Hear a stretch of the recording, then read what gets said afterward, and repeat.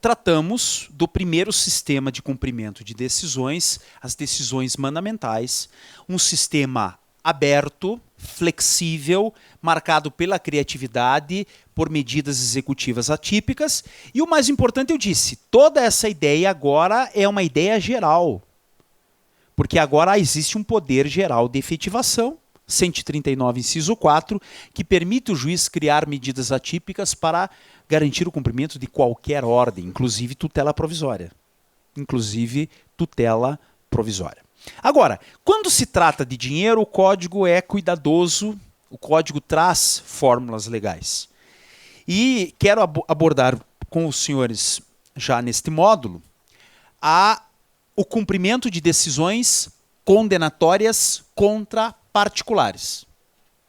Cumprimento de decisões condenatórias contra particulares era o 475J, passa a ser o 523. 523 é o substituto do 475J. Então, do que estamos falando? Estamos falando de sentenças ou de decisões interlocutórias de mérito que imponham o pagamento de quantia certa. Se essa decisão interlocutória de mérito ou a sentença impõe o pagamento de quantia certa, e uma vez que a decisão interlocutória de mérito ou a sentença transita em julgado, nós teremos uma execução definitiva. É definitiva toda execução cujo título executivo judicial é definitivo. Bem, quero que vocês entendam que o 523 novo, o substituto do 475J, ele não operou uma mudança drástica, nenhuma mudança drástica. Ele até incorporou ao texto positivado a jurisprudência do STJ, que ficou basicamente com essa ideia. Então, o texto do Código Revogado, somado à jurisprudência pacificada do STJ, resultou o texto do novo CPC, que ficou assim, vocês verão que não tem novidade. Transitou em julgado, nada acontece de ofício, a não ser que seja juizado especial. Nada acontece de ofício. O credor tem que requerer. Credor requer o cumprimento da decisão, seja sentença, seja decisão interlocutória de mérito. Esse requerimento tem que ser analítico e conter o cálculo aritmético. Em função desse requerimento, o juiz ordena a intimação. Intima o devedor pelo advogado, é a regra geral, para que nos prazo de 15 dias agora úteis, o devedor pague. E pagando, ele extingue a execução, a obrigação, e nós nada mais teremos. Essa extinção é dada por sentença. Sentença de extinção. Agora, se não pagar, qual era a regra do 475J? Multa de 10%. Continua a mesma multa. Primeira consequência, multa de 10%. Vejam o parágrafo 1º. E o parágrafo 1º já traz a primeira novidade expressiva. Não é novidade, mas positivamente é novidade, do ponto de vista legal. O Código incorpora a jurisprudência pacífica do STJ que diz que no cumprimento de sentença por quantia certa incidem honorários advocatícios se não houver o pagamento no prazo. Mas tinha juiz que não reconhecia isso, mesmo com recursos repetitivos do STJ. Agora fica claro, tem honorários advocatícios e tem honorários advocatícios em taxa fixa, 10%. Nem mais, nem menos. E vou adiantar a vocês, vou destacar, porque esse é um tema palpitante. Em cima do valor não pago, acrescido de multa e honorários, o exequente poderá protestar o título. É o 517. O título judicial poderá transitado em julgado poderá ser elevado a protesto se não houver o pagamento. E além disso, o nome do devedor, além do protesto, o nome do devedor poderá ser apontado nos cadastros restritivos de crédito, que aqui eu vou apenas exemplificar como Serasa. Duas hipóteses de execução indireta. E sobre todos os valores, nós sabemos muito bem, sobre o valor não pago, multa de 10% e honorários de 10%, penhora. A penhora, que é o ato inicial da expropriação, e que vai individualizar os bens a serem expropriados no futuro. Então, esse é o desenho básico do cumprimento de decisões condenatórias por quantia certa. 523, o artigo base. Né? O requerimento, a intimação do devedor pelo advogado, isso não era os honorários não eram previstos no Código Revogado, mas o STJ pacificou o entendimento que esses itens também são necessários, ok?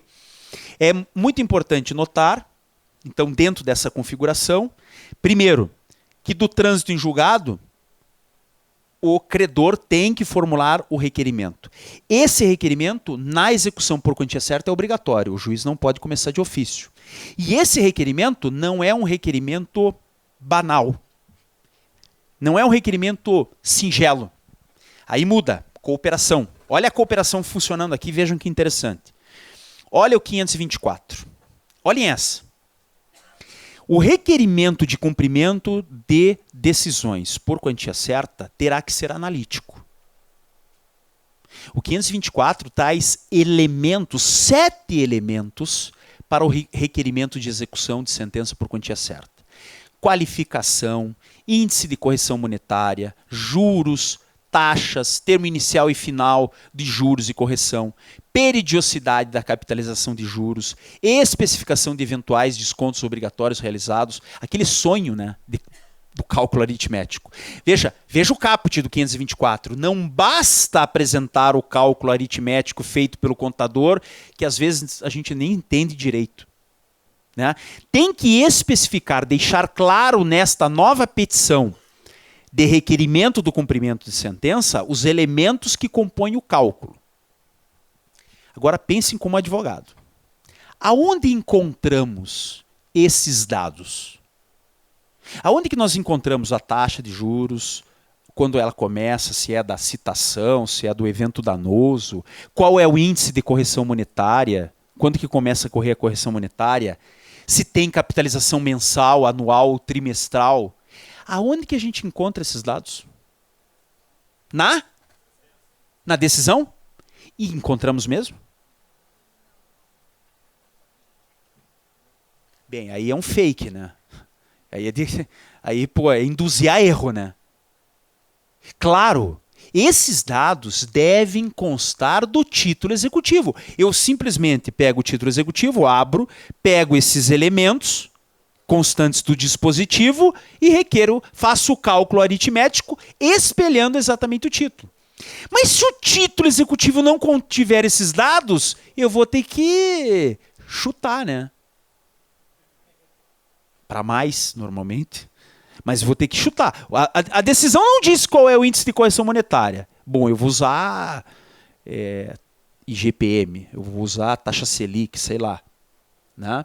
E com isso, naturalmente, nós ampliamos a possibilidade de discussão de cálculo, excesso de execução, toda uma renovação de discussão cognitiva na fase de cumprimento, que mata muitos cumprimentos de sentença, demoram, porque nós ficamos discutindo o cálculo. Mas aí a cooperação fala assim, bem, se queremos que o exequente faça um cálculo adequado, queremos que juízes, além de uma boa fundamentação, também produzam decisões com um dispositivo qualificado, detalhado. Isso é uma revolução para a nossa maneira de fazer decisões. Olha o 491. É a contrapartida para os juízes. Na ação relativa à obrigação de pagar a quantia, ainda que formulado pedido genérico. A decisão deve ser líquida. Só se for absolutamente impossível, precisar de liquidação por arbitramento ou pelo antiga liquidação por artigo. Mas se não, a decisão definirá desde logo a extensão da obrigação, índice de correção monetária, taxa de juros, termo inicial de ambos e a periodicidade de capitalização de juros quando for o caso. Aí fechou. Decisão detalhada, requerimento detalhado. Acabam-se as discussões sobre cálculo.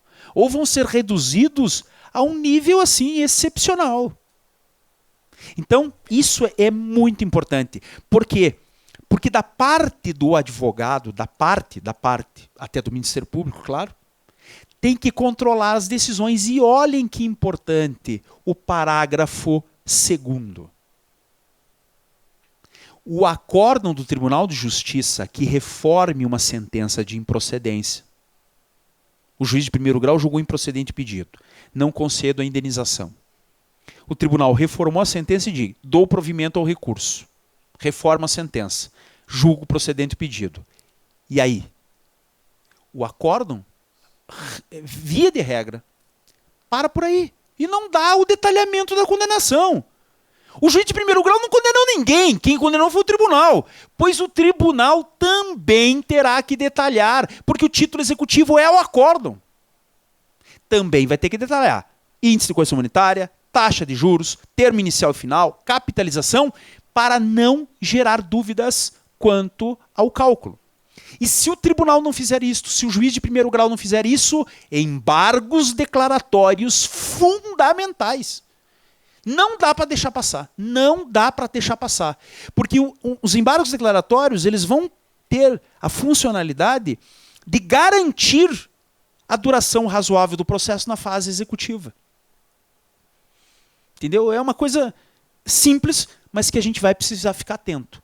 Na técnica de sentença e no requerimento. Portanto, esta decisão, tanto a sentença, como acórdão, como decisão interlocutória de mérito, tem que respeitar o 491. Se não respeitar, embargos declaratórios.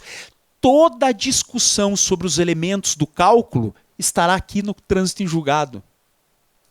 Não tem o que mais discutir que índice. Não, transitou em julgado dizendo que é INPC. Transitou em julgado dizendo que é taxa Selic. Transitou em julgado dizendo que é 1% ao mês da citação ou do evento danoso. Acabam-se as discussões.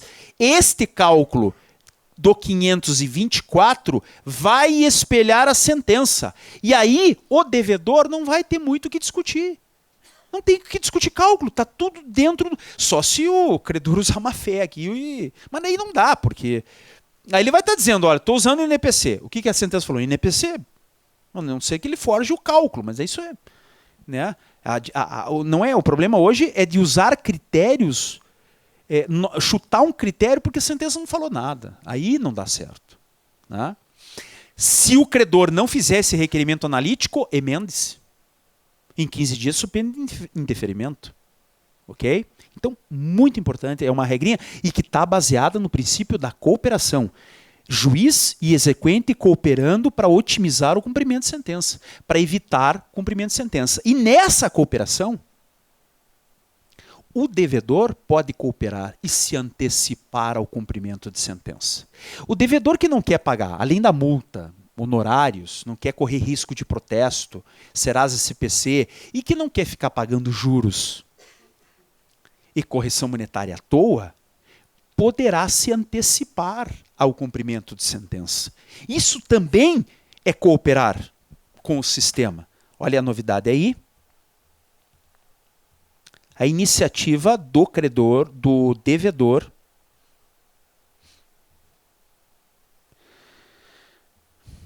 está aí no, tá aqui, 526.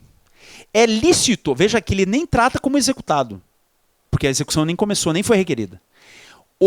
É lícito ao réu, antes de ser intimado para o cumprimento da sentença, comparecer em juízo e oferecer em pagamento o valor que entender devido, apresentando memória discriminada do cálculo.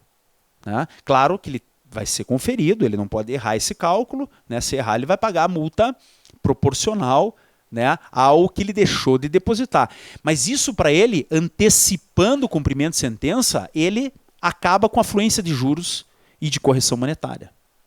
Fica mais barato. E ele não corre o risco das injunções do cumprimento de sentença, multa, honorários, protesto, etc. Então o 526 também não é só uma cooperação. É vantajoso para o réu, que quando ele percebe que o cálculo transitou em julgado, o cálculo está certo, não precisa nem esperar o cálculo do credor, né? Ele faz o cálculo e já faz o depósito, mata a execução. Né? Mas nós temos que convencer os réus. Isto é economicamente vantajoso, porque você interrompe a fluência de juros e correção monetária e, eventualmente, alguma outra parcela aí. Puxa, se a gente pudesse colocar isso também para a fazenda pública, né?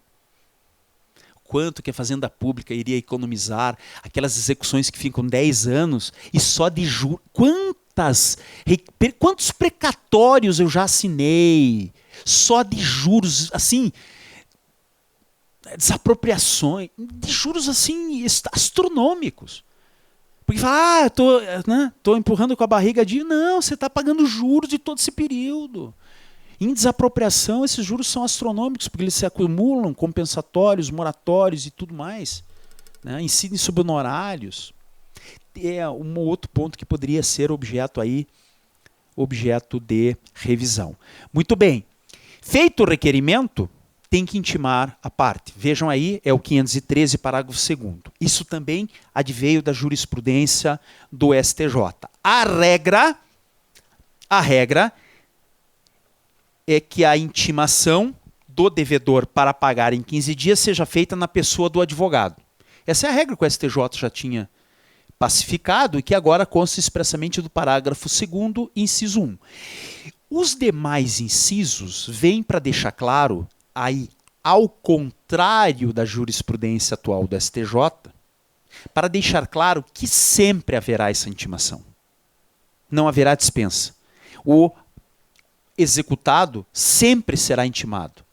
Se ele não tiver advogado constituído ou estiver representado pela Defensoria Pública, inciso 2, vai ser intimado pessoalmente por AR. Mas o AR, a carta de intimação, vai para o endereço que ele tem no processo. Não tem que ficar a cata do endereço atual do executado. Se ele não atualizou o seu endereço nos autos, problema dele. Problema dele é aqui, mudado de endereço. Ok? Não é, ele vai ser intimado, se ele não tem advogado constituído nos autos, ele não será intimado pelo advogado que ele não tem. Mesma coisa a Defensoria Pública. A Defensoria Pública não recebe intimação para pagamento. Para pagamento ela não recebe intimação. Nesses casos, a intimação do devedor será feita pelo correio, mas no endereço que ele deixou nos autos.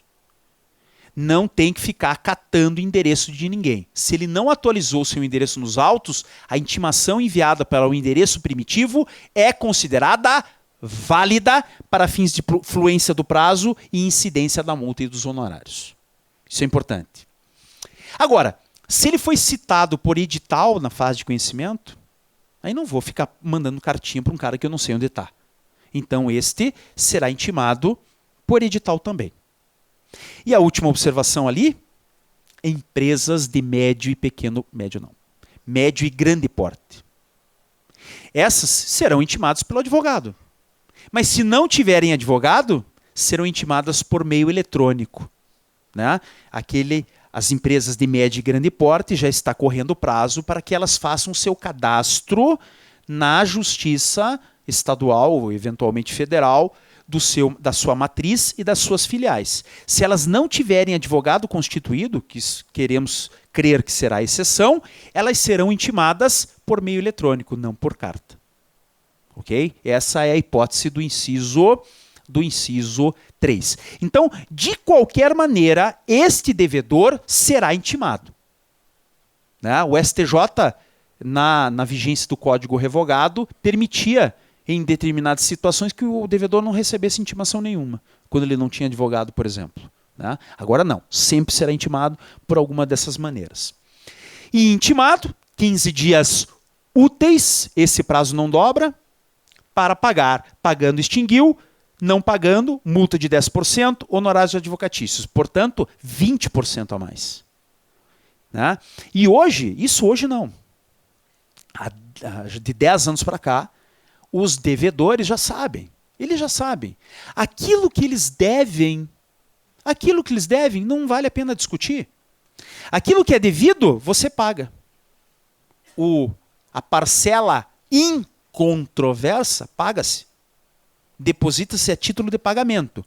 A parcela controvertida, que eventualmente seja objeto de discussão posterior, bem, esse você deposita. Né? Mas depositar não é pagar. E depositar, o depósito como garantia, ele deve ser acompanhado da multa e dos honorários. Isso o código é bem claro.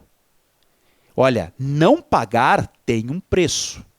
Você optar por não pagar significa que o que você for depositar já deve ser acompanhado dos encargos legais, 20% a mais. Ok? E aí, claro, se você vencer a impugnação, libera esse valor para você. Mas se você perder, o credor vai receber o valor não pago, acrescido de multa e de honorários advocatícios de 10%. Me permitam falar quanto a este ponto. Eu vou avançar, mas bem rapidamente na matéria do professor Paulo sobre recurso, porque esse é um tema muito interessante e eu estou falando com o Tribunal de Contas que cobre eficiência das procuradorias municipais, etc. Olhem agora. Então, vejam. Se não houver o pagamento, claro que isso aqui não se aplica à fazenda pública, né? Essa sistemática não é aplicável à fazenda pública. A fazenda pública tem um outro procedimento. Aqui é cumprimento de sentença por quantia certa contra particulares. Mas o detalhe é que para a fazenda pública tem honorários também no cumprimento de sentença. Não tem a multa de 10%, mas honorários tem. Mas eu quero destacar aqui, realmente é um ponto que deve preocupar a todos aqueles que de alguma maneira trabalham com o processo, a chamada sucumbência recursal. O artigo 85 ele foi feito sob medida para os advogados. Né? Foi um pleito da OAB, trabalhou muito. Vejam que é o artigo que trata dos honorários advocatícios e ele tem nada mais, nada menos do que 19 parágrafos. 19 parágrafos para tratar dos honorários advocatícios de sucumbência. E aí é uma divisão bastante expressiva no seguinte sentido. Regra. Parágrafo 2º. Os honorários são fixados de 10% a 20%. Não existe mais a possibilidade de apreciação equitativa do juiz fixar numa margem menor ou eventualmente maior do que essas taxas. Isso garante ao advogado honorários sucumbenciais de 10% a 20%. No entanto, se o réu for à fazenda pública, esses percentuais cumprem uma tabelinha aí do parágrafo 3º, que depende do valor da condenação. Né? Então, os honorários serão fixados de um mínimo de 10% e máximo de 20% se o valor da condenação obtido for até 200 salários mínimos. E aí vai reduzindo até o inciso 5. A condenação em honorários da fazenda será de 1% e no máximo 3% quando o proveito econômico, o valor da causa, for acima de 100 mil salários mínimos. E eu digo a vocês, se não fizesse esse tabelamento, a AGU não tinha deixado passar a Advocacia Geral da União, a Casa Civil, não teria deixado passar o novo CPC. Foi necessário. Isso foi dentro da negociação do novo código com a Casa Civil, com a AGU, com a Procuradoria da Fazenda. Muito bem. Mas, considerando esses percentuais, vejam aí o parágrafo 11. O tribunal, ao julgar recurso, majorará os honorários fixados anteriormente, levando em conta o trabalho adicional realizado em grau recursal, observando, conforme o caso disposto no parágrafo 2º e 6º, sendo vedado ao tribunal, no cômputo geral da fixação dos honorários devidos ao advogado do vencedor, ultrapassar os respectivos limites para a fase de conhecimento. Então, vejam assim, a sentença, como usualmente ocorre, fixou os honorários em 10%. Ou, se for a fazenda pública, de acordo com a tabelinha que estava ali apresentada ali acima. Mas, se este réu que perdeu a demanda, que foi sucumbente, recorreu e perdeu a apelação, o tribunal poderá majorar os honorários que foram fixados em 10%, por exemplo, para 15%. Né? Considerando o trabalho adicional do advogado na fazer lá as contrarrazões, fazer sustentação oral, acompanhar o recurso. E depois, chega essa mesma parte, recorrendo para o STJ, por exemplo, recurso especial, perdeu o recurso especial, majoração de mais uma etapa, podendo chegar a 20%. A taxa geral seria 20%. Então começou com 10%, mas a taxa de honorários foi elevando-se, porque a parte insistiu em recorrer, e a insistência em recorrer provocou a chamada sucumbência recursal do 85, parágrafo 11. Em outras palavras, recorrer agora fica mais caro. Tem que pensar bem antes de recorrer. E isto, gente, é aplicável à fazenda pública. Não é possível que a gente continue perdendo dinheiro e agora vai perder mais dinheiro. Porque quando eu comentei lá, módulos passados, que no juizado especial, né, sempre que o INSS perde um recurso, paga 10% de honorários, é porque na Lei 9.099, o processo em primeiro grau não tem honorários advocatícios. Perdeu a ação, não tem honorários para ninguém. Mas quem recorre e perde, paga honorários. Nos juizados já tem uma sucumbência recursal. Só que no juízo comum, agora do CPC, tem honorários no primeiro grau. E terá mais honorários no segundo e, eventualmente, no terceiro grau. Eu estou falando com o Tribunal de Contas, que tem que exigir eficiência também das procuradorias do Estado e dos municípios. Nós temos que pensar quanto que isso vai custar se nós tivermos ainda o entendimento que há um dever geral de recorrer. Espera aí, agora recorrer fica mais caro. E a gente vai tolerar essa mesma cultura? Vai manter essa cultura?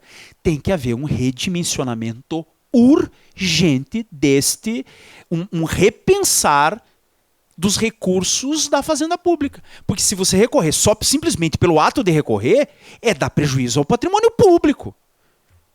Sei lá se isso não é uma forma de improbidade, né? Veja bem, apresenta lá um recurso recorte e cola que não tem nada a ver com o caso concreto, como só ia acontecer. Perde o recurso, como só ia acontecer. E vai pagar dinheiro público aí, simplesmente por apresentar um recurso inútil?